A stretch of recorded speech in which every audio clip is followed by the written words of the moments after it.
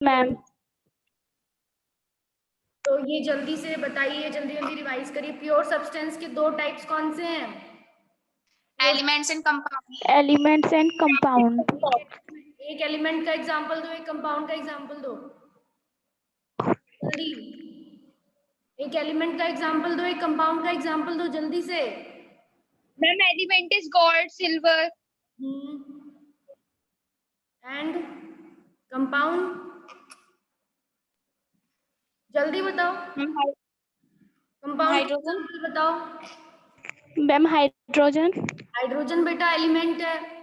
मैंने क्या बोला था? वाटर, H2O, जिसमें दो एलिमेंट मिलेंगे वो होगा कंपाउंड। ठीक है? Okay ma'am. Ma'am salt also. हाँ, इतने ज्यादा देर में आंसर देने में और इतनी ज्यादा टाइम लगाने में थोड़ी आपको ऐसा ये थोड़ी होती है स्टडी। रोज की रोज का याद होना चाहिए। होमोजेनस और हेट्रोजेनस मिक्सचर क्या होता है? होमोजेनस मिक्सचर का एग्जांपल दो। होमोजेनस मिक्सचर का एग्जांपल दो। Give me example fast. Recap, पुरानी क्लास का रिकैप बेटा जल्दी जल्दी होता है। Ma'am coffee. Salt dissolved in water. Ma'am coffee.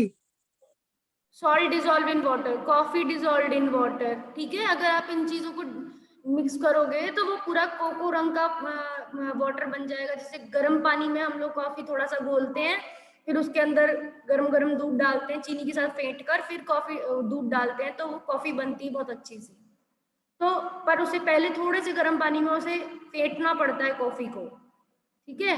और चीनी भी डाल के फेंटना पड़ता है, तब जाके वो बनती है अच्छी सी। तो यूनिफॉर्म तो होती है ना वो, इट बिकम्स यूनिफॉर्म बिकॉज वो उसमें डिसॉल्व हो रही है। जो चीज यूनिफॉर्म है हर जगह वो होमोजीनस है। सॉल्ट अगर हम नींबू पानी बना रहे हैं तो अगर हम पानी में नमक मिला लिया, चीनी मिला ली और उसे घुमा रहे हैं, स्टिर कर रहे हैं तो नींबू पानी बनेगा। क्लियर? Yes ma'am.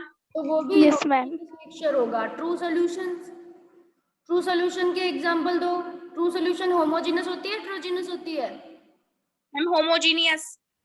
तो लाइट को वो डिफ्रैक्ट करेगी कि नहीं करेगी? Will diffract the light or not? Light के पाथ को विजिबल करेगी? मैम नहीं करेगी। It will visualize the light path or not? Ma'am not. Okay. अब heterogeneous give example of heterogeneous mixture fast. Ma'am mixture of sodium chloride. Ma'am pizza and sandwich. Okay. Sand and salt हो सकता है, iron filings and sand हो सकता है। ठीक है? Different different चीजों को अगर हम एक साथ डालेंगे, ऑयल एंड वाटर हो सकता है। हेट्रोजीनस का बोल रही हूँ मैं, तो हेट्रोजीनस का ये दोनों होएगा। और फिर अब बताओ कोलोइडल सॉल्यूशन, इसका भी मैंने कल बोला था। कोलोइडल सॉल्यूशन की आपको डेफिनेशन लिखनी है, ट्रू सॉल्यूशन की और सस्पेंशन की और उनकी प्रॉपर्टीज भी लिखनी थी और स्लाइड्स भी शेयर करी थी। सिर्फ 3-4 बच्चों ने मुझे होमवर्क भेजा है, सबने मुझे होमवर्क भी नहीं भेजा है। क्यों?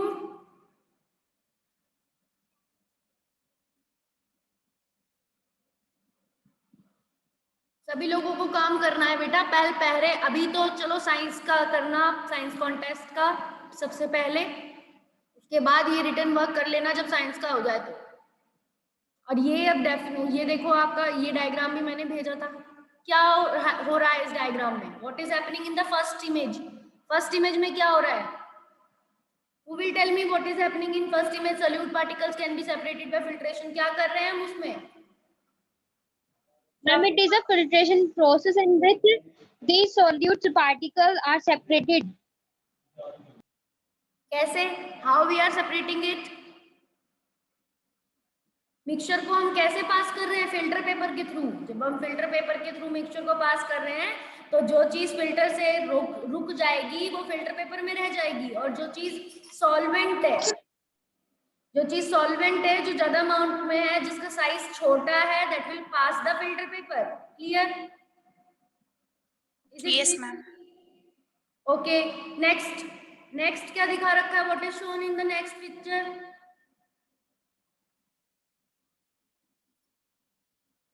Solute particle settle down. Time दिखा रखा है कि 15 मिनट के अंदर अंदर थोड़ी देर के बाद क्या हुआ, जो मिट्टी इधर उधर घूम रही थी सस्पेंशन में, वो सॉल्यूट पार्टिकल सारे कहाँ हो गए? नीचे बैठ गए. Settle down. नेक्स्ट क्या दिखा रखा है? टॉर्च वाला. विजुअल होगा कि नहीं होगा? Visualize path of light. Tyndall effect, that is known as Tyndall effect. ठीक है, मैंने बोला था ना, पेड़ों से छन के रोशनी की किरण आती हैं, हमें दिखाई देती हैं रेज ऑफ लाइट्स. या फिर हम कोलोइडल सॉल्यूशन, क्योंकि डस्ट पार्टिकल घूमते रहते हैं उधर, तो डस्ट पार्टिकल हमें रोशनी की किरण दिखाते हैं. जब तक रोशनी किसी से टकराएगी ही नहीं, जब तक वो दिखाई कैसे देगी? ठीक है, अगर बिल्कुल कुछ सोल्यूशन, ट्रू सोल्यूशंस में से इसीलिए तो नहीं दिखाई देती, कोलोइडल में से दिखाई देगी. ट्रू सोल्यूशन में तो पूरी ऐसी की ऐसी बिल्कुल भी नहीं दिखेगी. देखो, सफेद वाले पानी में रोशनी दिख रही है, बट व्हाइट वाले पानी में नहीं दिख रही. क्यों? क्योंकि सफेद वाले पानी में थोड़ा सा दूध मिक्स हो रखा है, या फिर कोई कोलोइडल सॉल्यूशन मिक्स कर रखा होगा. उसमें पाथ ऑफ लाइट विजुअल होता है. ऑयल में हो रहा है विजुअल, या अगर ऑयल भर रखा है फर्स्ट वालों में, उसमें विजुअल है. हनी में भी होगा विजुअल, क्योंकि हनी ये सब क्या है? मिक्सचर्स हैं, कोलोइडल मिक्सचर्स हैं. अब देखो यहाँ पे ये वाला मैंने बताया था, एक रूम में, अगर एम्प्टी रूम में एक खिड़की से रोशनी आ रही है, उस पे एक इंसान बैठा है, तो आपको दिख रही है रेज? Yes, ma'am. हाँ. और पेड़ों से छनती हुई लाइट आ रही है, वो दिख रही है आपको. It is visualised. Now concentration of solution. ठीक है, कॉन्सेंट्रेशन ऑफ सॉल्यूशन में क्या डेफिनेशन लिखी हुई है? Any one of the student read it.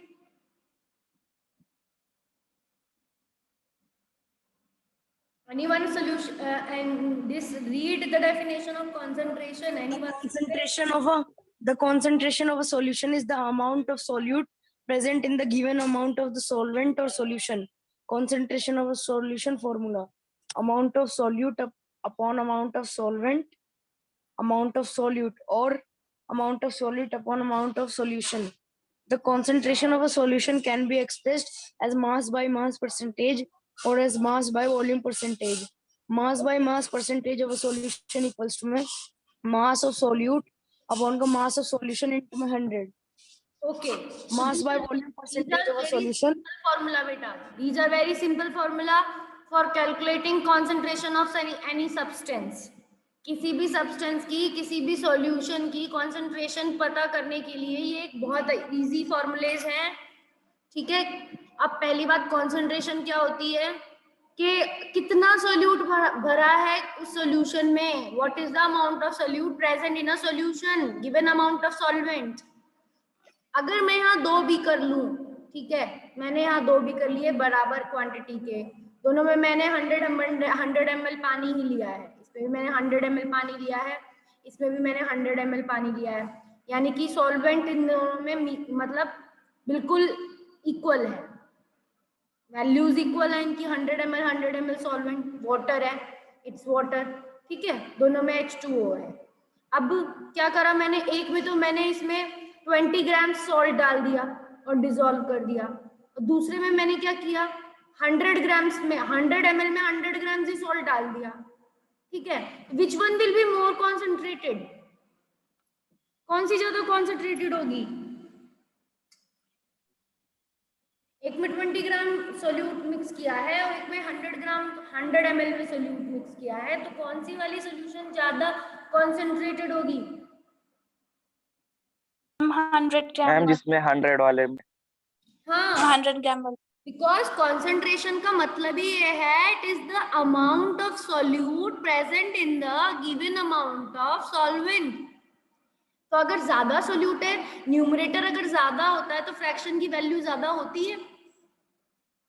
ठीक Yes, है, ma'am. जैसे कंपेयर करना हो 1/4 को और कंपेयर करना हो 4/4 को, तो कौन सा फ्रैक्शन ज्यादा बड़ा है?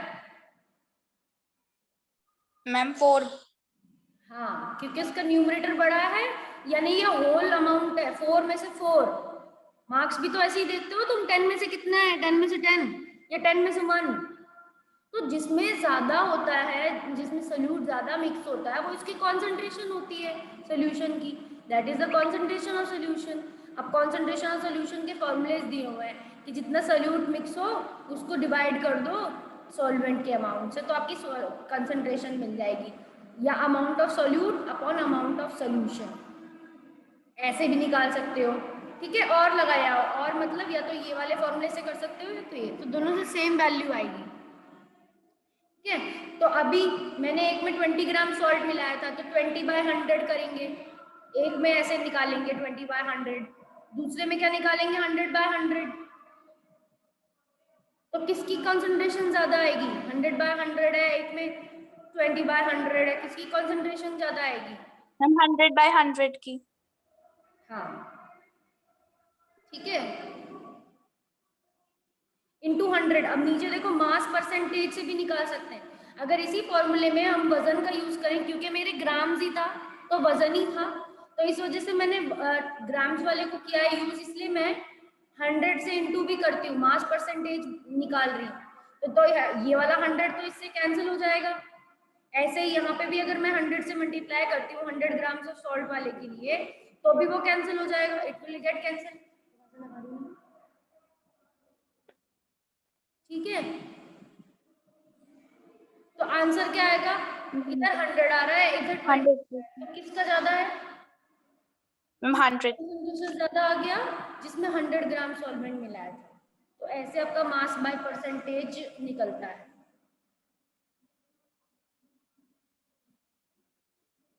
Mass by volume, percentage of solution, mass of solute upon volume of solution into 100, mass of solute upon volume of solution into 100, ये मास वॉल्यूम होता है, मास बाय वॉल्यूम होता है, परसेंटेज ऑफ सोल्यूशन है, mass by volume percentage of solution.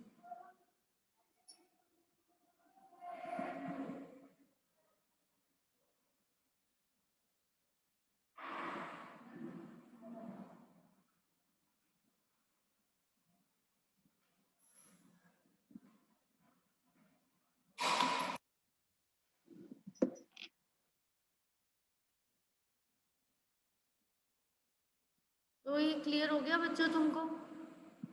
Is it clear to you? Yes, ma'am. Yes, ma'am. ये formulas हैं, इसकी basis पे एनसीईआरटी में क्वेश्चंस भी हैं। तो अगले जो ब्लू क्वेश्चंस हैं उसमें 2 क्वेश्चन एग्जाम्पल के फॉर्म में भी आपको सॉल्व करके दिखा रखे हैं, तो आप उनको देखोगे, और फॉर्मूलेज भी लिख रखे हैं, ये सेम फॉर्मूलेज एनसीईआरटी में होंगे। आपके पास है NCERT? Yes, Yes, ma'am. ma'am. तो are these formulae available? Mass percentage, mass by volume, ये वाला गिवन है। Yes, ma'am. मैम solution है। Now next topic, separating the components of mixture. Separation कैसे करते हो आप?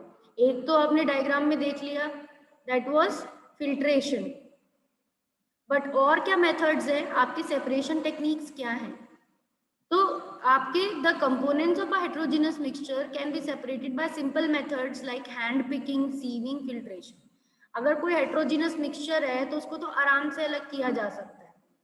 हेट्रोजिनस मिक्सचर है, बिल्कुल अलग अलग दिखता है, तो उसको कोई हाथ से उठाकर उन चीज़ों को जो अलग दिख रही हैं, अब चावल में दाल मिक्स कर दूं, मान लो कि मम्मी ने कहा खिचड़ी बनानी है, तो खिचड़ी में मैंने थोड़ी सी दाल डाल दी, फिर बाद में मूड बदल गया, उन्होंने कहा नहीं पुलाव बना लो, खिचड़ी मत बनाओ, तो फिर अब मुझे दाल बीननी पड़ेगी उसमें से, मैं हैंड पिक करके वो दाल निकाल सकती हूँ उसके अंदर से, फिर मैं उन चावलों का पुलाव बना सकती हूँ। तो दैट इज हेट्रोजिनस था, बिकॉज वो उसमें आपस में मिक्स नहीं होता है, अलग अलग उसके पार्टिकल्स हैं, तो हैंड पिक करके निकाल देंगे। और अगर सीविंग मतलब कुछ ऐसी चीजें, जैसे हम गेहूं साफ करने का ही एग्जांपल दिया था उस दिन मैंने, अगर गेहूं के अंदर कुछ मिट्टी वगैरह है तो मैं अगर उसे छाननी से छानूंगी या मैं गेहूं को धो दूंगी तो छलनी से वो मिट्टी धूल निकल जाएगी, फिर गेहूं को धूप में सुखा देंगे तो वो गेहूं साफ हो जाएंगे। ठीक है, तो सीविंग से हो जाता है हेट्रोजीनस चीजें। अब जो धूल मिट्टी है, मोटे मोटे मिट्टी के कण आ गए हैं गेहूं में, वो तो हेट्रोजीनस है ना, गेहूं से अलग चीजें हैं, तो गेहूं के अंदर थोड़ी चली जाएंगी, बाहर ही रहती हैं, तो वो अलग से साफ हो सकती हैं। फिल्ट्रेशन है, फिल्ट्रेशन करोगे तो क्या होगा, फिल्ट्रेशन से आप मोटे मोटे पार्टिकल को निकाल सकते हो। जब चाय छानते हैं तो चाय पत्ती चाय छलनी पे ऊपर रह जाती है, उसका साइज बड़ा है, तो फिल्टर एक ऐसी चीज होती है, सीव वहां फिल्टर की तरह काम कर रही है, sieve is acting as a filter. तो वो क्या कर रही है, टी लीव्स को, टी ग्रेन्स को क्या कर रही है, ऊपर रख रही है और टी को नीचे कप में कर रही है। तो these are method for heterogeneous mixture, but sometimes special techniques are used to separate components of mixture. Mixture को सेपरेट करने के लिए स्पेशल टेक्निक्स चाहिए। तो ये कुछ 7 ऐसी टेक्निक्स हैं जो कि स्पेशल टेक्निक्स हैं, जिनसे आपके फिल्टर होते हैं, चीजें सेपरेट होती हैं चीजें। तो कौन कौन सी टेक्निक्स हैं,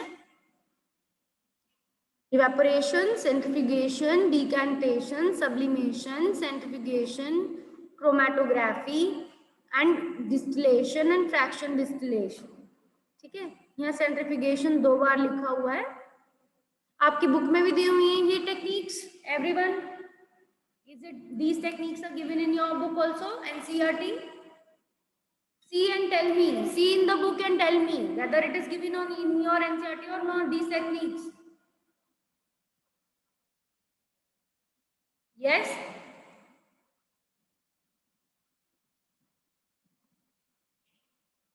Hello students, are you there with me? Tell me बेटा, एनसीईआरटी में ये वाली टेक्निक्स दी हुई हैं, फिल्ट्रेशन, डिकैंटेशन, डायग्राम के साथ, evaporation. Yes ma'am. Okay, very good. So अब हम इन्हीं टेक्निक्स को एक एक करके समझेंगे। ठीक है, आप में से कुछ को तो ये इनमें से कुछ टेक्निक्स पता ही होंगी। इवेपोरेशन आपको पता है, फर्स्ट चैप्टर में ही पढ़ के आए हैं। तो क्या होता है Yes, ma'am. Evaporation? What is the definition of evaporation? You know evaporation? जल्दी से बताओ, जल्दी से, फिर मैं स्लाइड नेक्स्ट करूंगी, फिर तब पहले Evaporation is the process. हाँ बोलो। Liquid state of matter is converted. Evaporation is the process in which a liquid state of matter is converted into a gaseous state of matter. Very good. तो at normal we can say normal room temperature, जब normal room temperature पे ही पानी, बोलना जरूरी है, normal room temperature, because अगर आप बॉइलिंग करोगे तब भी वेपर्स बनेगा, बट जब बॉइलिंग करोगे तब वो इवेपोरेशन थोड़ी होती है, it is not evaporation during boiling. तो इवेपोरेशन में मेंशन करना जरूरी है, it is normal room temperature if the water is getting vapours. Clear? तो ऐसे मेथड से एक एग्जांपल बताओ, ऐसे मेथड से कौन सी चीज सेपरेट होती है? Do you know anything that is separated by evaporation? Tell me fast, कोई ऐसा एग्जांपल जो इवेपोरेशन से सेपरेट होता है, जिससे हम हेट्रोजेनस मिक्सचर से सेपरेट करते हैं इवेपोरेशन से। कोई एक एग्जांपल दो जल्दी से, give me one example. Salt बनाते हैं तो करते हैं इवेपोरेशन। हाँ, जब सॉल्ट सी से हम सॉल्ट पाते हैं, when we get salt from the sea, तो इवेपोरेशन करते हैं ना, we do. Yes, ma'am. Yes, so that is the thing. ठीक है, सेंट्रिफ्यूगेशन क्या होता है? जल्दी से भी बस हम यही समझ रहे हैं कि इनके नेम्स क्या हैं, फिर हम इन्हें कल से शुरू करेंगे। सेंट्रिफ्यूगेशन का मतलब क्या होता है? कभी डेली लाइफ में सेंट्रिफ्यूगेशन का एग्जांपल देखा हो? सेंट्रिफ्यूगेशन मतलब the force which is acting at the outer side, बाहर की तरफ फोर्स लग रहा हो, बाहर की तरफ धक्का लग रहा हो किसी चीज को, और उससे चीजें अलग हो रही हैं आउटवर्ड फोर्स से, वो सेंट्रिफ्यूगेशन होता है। The force acting outward from the centre से बाहर की तरफ लगता है। आपने वो झूला देखा होगा, सेंटर में उसका एक पिलर सा होता है और बैठने के सीट्स होते हैं, छोटे बच्चों का झूला होता है, मैरीगो राउंड बोलते हैं उसको, मैरीगो राउंड। तो उसके अंदर छोटे छोटे बच्चों को बिठा देते हैं और वो झूला गोल गोल गोल गोल चलता है। तो उसमें कैसा फोर्स लगता है? बाहर की तरफ। ठीक है। और एक और ऐसा झूला होता है जिसपे खड़े होके बस एक सर्कल सा होता है, उसमें सिर्फ पिलर से होते हैं, फ्रेम से, और उन पे बच्चे चढ़ जाते हैं और उसे खुद ही पैर से गोल गोल करते हैं, तो वो पैर से उस पे खड़े होके घूमते हैं बच्चे। देखा है वो वाला झूला? पार्क्स में होता है कभी कभी। तो दिस टाइप ऑफ तो उसमें हमें बाहर गिरने का डर लगता है ना, जैसे ही वो तेज होने लगता है, वो गोला जब तेज होने लगता है तो हमें ऐसा लगता है ना हम बाहर की तरफ आ रहे हैं, तो हम दूसरे बच्चे से बोलते हैं धीरे धीरे झुलाओ। तो ऐसा फोर्स जो बाहर की तरफ लगता है, या हम सिंपल एक पत्थर मान लें एक धागे में, और हम उस धागे को अपनी उंगली में पकड़ लें और ऐसे गोल गोल घुमाएं, तो पत्थर का वजन से पत्थर के वजन से हमारा जो धागा है जो हमने पकड़ रखा है, जो हम उससे जो घुमा रहे हैं, तो पत्थर पे फोर्स कहाँ लग जाता है? अगर मैं उसे अपनी उंगली से छोड़ दूंगी तो पत्थर कहाँ जाएगा? बाहर की तरफ जाएगा। तो यानी फोर्स कैसा लग रहा है? इन चीजों में फोर्स कहाँ लग रहा है? सेंट्रीफ्यूगल फोर्स लग रहा है। सेंट्रीफ्यूगल फोर्स होता है जो सर्कल से बाहर की तरफ लगता है। ठीक है, जैसे मैंने यहाँ हैंड से पकड़ रखा है, यहाँ पत्थर बांध रखा है, मैं इसको ऐसे गोल गोल घुमा रही हूँ, गोल गोल घुमा रही हूँ, गोल गोल घुमा रही हूँ। मैं इसको यहाँ से अपने हैंड से छोड़ दूँ, यहाँ मेरा हैंड है, फिंगर्स, यहाँ पे मैं इसको अपने हैंड से छोड़ दूँ, तो ये कहाँ जाएगा? ये पत्थर कहाँ जाएगा? ऐसे करके उड़ जाएगा इधर की तरफ। तो ये फोर्स कहाँ पे महसूस कर रहा है? बाहर की तरफ महसूस कर रहा है। This force is what? Centrifugal force. ऐसे क्या चीज अलग होती है? जब आप मिक्सर में जब दही भिगोते हो, या फिर जब हम पुराने जमाने में जब रई ऐसी वाली चीज होती थी, रई को अगर हम दही में ऐसे भिगोते हैं, बड़ा से जार में हमने मटकी में दही रखा हुआ है, उसको हम भिगो रहे हैं, ये रई बड़ी सी लंबी सी होती है, इसको रस्सी बांध देते हैं और हाथों से ऐसे जर जर करके, हमारी दादी वगैरह वो ऐसे करती थी, तो दही मटकी में क्या हो जाता है? चल जाता है। और क्या अलग हो जाता है? मक्खन अलग हो जाता है। तो यानी कि उसमें कौन सा फोर्स लगा है? सेंट्रीफ्यूगल। ठीक है, सेंट्रीफ्यूगल फोर्स लगा है। अब डिकेंटेशन क्या होता है ये तो सबको पता है। डिकेंटेशन तो सभी को पता होता है। जैसे घर में हमने चावल भिगोए हैं, ठीक है, चावल धोते हैं पहले तब तो बनाते हैं, तो चावल धोएंगे तो पानी में नीचे नीचे चावल बैठ जाएंगे, तो फिर ये जो पानी है उसको उठाकर इसको बीकर को उससे पानी निकालेंगे और चावल को वैसे के वैसे, यहाँ थोड़ा सा हाथ भी लगा लेंगे चाहेंगे तो, ठीक है, तो जिससे चावल ना गिरे और पानी धीरे धीरे से गिर जाएगा और फिर वो चावल हमको नीचे नीचे मिल जाएंगे। This is what? डिकेंटेशन।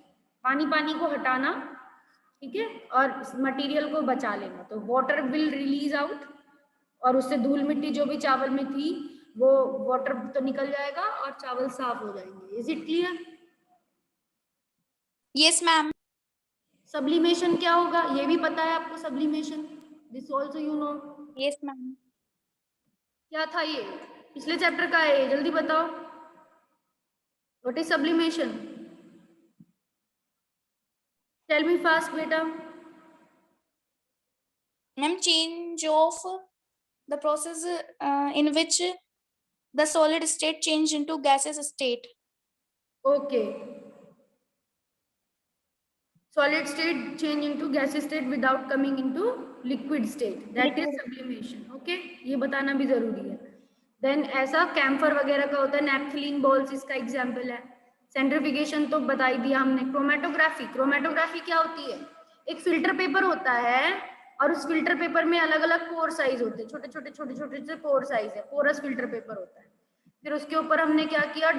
उसके ऊपर हमने यहाँ पर एक मटेरियल का अपने जिस भी चीज को हम सेपरेट करना चाहते हैं उसका एक डॉट लगा देते हैं, ठीक है, यहाँ पे लगाते हैं नीचे की तरफ और इसको एक बीकर में रख देते हैं। We keep this filter paper in the beaker. यहाँ पे हमने फॉर एग्जाम्पल मेरे को पालक के हरे कलर के क्लोरोफिल अलग करने हैं, तो मैंने यहाँ पालक को कूट कर और पालक का जो रस निकला ग्रीन स्पॉट लगा दिया।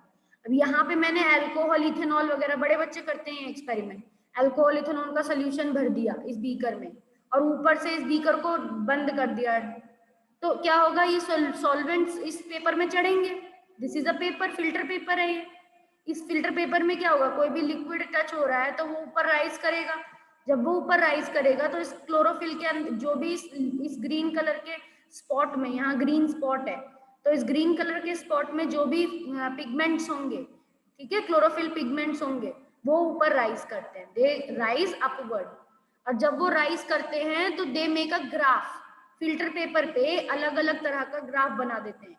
एक पिगमेंट यहाँ रुक जाता है, एक पिगमेंट थोड़ा ऊपर रुक जाता है, दूसरा पिगमेंट थोड़ा और ऊपर रुक जाता है, ऐसे करके ग्राफ बन जाते हैं। तो कोई क्लोरोफिल ए, अलग अलग रंग के क्लोरोफिल ए, क्लोरोफिल बी, ऐसा करके इसको बोलते हैं chromatography. This is known as chromatography, ठीक है। सी डी ऐसे क्लोरोफिल होते हैं, डिफरेंट डिफरेंट क्लोरोफिल, तो ऐसे ग्राफ बन जाता है। तो इस चीज को क्रोमेटोग्राफी करते हैं जब हम पेपर पे कुछ चीज अलग कर रहे हैं। When we are separating something on a filter paper, we say that is a, and colorful bands are made, colorful graphs are made, then it is because chroma means color होता है, chroma means color, and graph तो you know, graph आप math में बनाते हो, graphs are marking, किसी data को represent करने के लिए ग्राफ बनाए जाते हैं, they are markings। तो क्रोमेटोग्राफी भी क्या है, एक तरह की सब्सटेंस की एक पूरी आइडेंटिफिकेशन है। क्लियर हो गया बेटा? Is it Yes, clear? ma'am. Yes, ma'am. Now distillation and fractional distillation, ये भी एक मेथड है। इसको जब हम पढ़ेंगे आगे वो डिटेल में आएगा, बट स्टिल अगर अभी हम देखें तो अगर एक सब्सटेंस में एक मिक्सचर में अल्कोहल भी है, ठीक है, और वाटर भी मिक्स है, दोनों चीजें, ठीक है, ऐसा सोल्यूशन है जिसमें अल्कोहल भी है और इसमें थोड़ा सा वाटर भी मिक्स है, या कोई और लिक्विड मिक्स है अल्कोहल के साथ, ठीक है। तो ऐसे सब्सटेंसेस, ऐसे सॉल्यूशंस जिसमें डिफरेंट डिफरेंट मटेरियल्स मिक्स हों, और जब मैं इसको स्पिरिट लैम्प पे हीट करूं, when if I am heating this on spirit lamp, तो क्या होगा, व्हाट विल हैपन, तो क्या होगा कि अल्कोहल जो होगी उसका बॉइलिंग पॉइंट क्योंकि कम है, तो alcohol will evaporate more faster. यहाँ मैं हीट कर रही हूँ, अगर if I am heating with spirit lamp, और ये ट्राइपॉड स्टैंड पे रखा है ऐसे करके बीकर, तो ट्राइपॉड स्टैंड, इसमें अल्कोहल जो होगी वो इट विल इवेपोरेट फास्टर, क्योंकि उसका 75 डिग्री पे ही उसका 65-75 डिग्री पे ही उसका क्या है, बॉइलिंग पॉइंट है, तो हीट उसको लगेगी 75 डिग्री पे लगेगी। तो मैं इसके अंदर एक ऐसा चेम्बर जैसा बना देती हूँ, एक पाइप जैसा लगा देती हूँ अगर इस बीकर के ऊपर, जो कि वेपर्स को क्या करेगा, कलेक्ट करेगा और वेपर्स को ठंडा कर करके दूसरे बीकर में इकट्ठा करेगा। तो सबसे पहले मेरे पास क्या मिलेगी, मुझे सबसे पहले मुझे वेपर्स को इकट्ठा करने से यहाँ पर सबसे पहले क्या सेपरेट हो जाएगी, वेपर्स बन के आएगी, वेपर्स बन के आएगी, और क्या सेपरेट हो जाएगी, अल्कोहल, क्योंकि अल्कोहल सबसे पहले उड़ रही है, हीट करने पे वी विल गेट अल्कोहल। इस इवेपोरेशन से हीट करके अगर कुछ चीज को अलग किया जाता है जिसका बॉइलिंग पॉइंट के बेसिस पे, जिसके बॉइलिंग पॉइंट के डिफरेंस के बेसिस पे अगर हम सब्सटेंसेस को अलग करें इन द वेपर फॉर्म, और वेपर को कॉन्डेंसेट कर, पहले तो वेपराइज करें फिर कॉन्डेंसेशन करें, तो इन मेथड को क्या कहते हैं, डिस्टिलेशन, ठीक है। collection of vapors and then cooling it and to form liquids and to get separation, liquid का सेपरेशन कर दे तो वो क्या हो जाएगा, डिस्टिलेशन हो जाएगा, will become a distillation. Clear हो गया बेटा? Yes, ma'am. फ्रैक्शनल डिस्टिलेशन भी इसी तरह करा जाता है, उसमें और ज्यादा एक ही चीज अलग नहीं होती, उसमें बहुत बड़ी सी मशीन होती है और उस बहुत बड़ी मशीन में कई सारे कह सकते हैं शेल्स होते हैं, कई सारे शेल्स होते हैं, और अलग अलग शेल्स में अलग अलग मटेरियल अलग होता रहता है, और उसकी पाइप्स भी अलग अलग होते हैं, ठीक है। तो बॉइलिंग पॉइंट के बेसिस पे सब्सटेंस का मिक्सचर भर दिया जाता है एक तरफ से, और उसके अलग अलग शेल्फ में वेपर्स आके ठंडे भी होते रहते हैं और वो दूसरी तरफ से टपक के गिरते भी रहते हैं। यहाँ पर जो होता है वो भी यहाँ से निकलता रहता है, यहाँ पे जो ठंडा होता है वो अलग अलग चेम्बर्स होते हैं, कह सकते हैं एक ही मशीन में अलग अलग चेम्बर्स होते हैं जहाँ पे अलग अलग सब्सटेंसेस डिस्टिल हो रहे हैं। तो फ्रैक्शन का मतलब भी यही है कि डिफरेंट फ्रैक्शंस में या डिफरेंट लेवल्स पे डिस्टिलेशन हो रही है, इवेपोरेशन हो रही है, और डिफरेंट सब एक ही चीज के बहुत सारे जो कंपोनेंट्स हैं वो अलग हो रहे हैं। क्लियर? जब हम इसका Yes, ma'am. डायग्राम पढ़ेंगे तब हम इसे और अच्छे से समझ पाएंगे। तो आई थिंक आपका ये सब क्लियर हो गया होगा। अभी तक जो भी पढ़ा आपने उसमें आपको कोई problem, do you have any problem?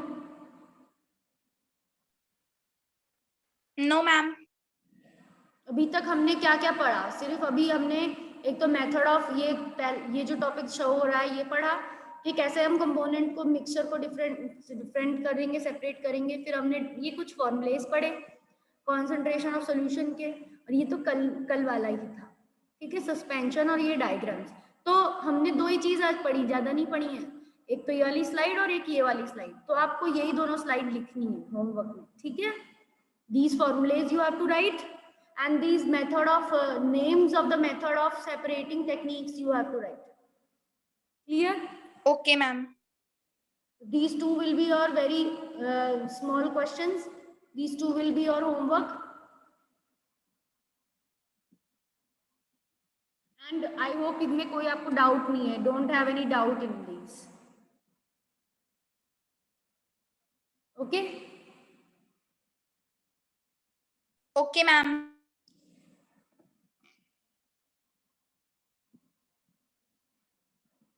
Book में से भी रेफर कर सकते हो, एनसीईआरटी में से भी आप लोग रेफर कर सकते हो। तो I am ending the class. Okay students.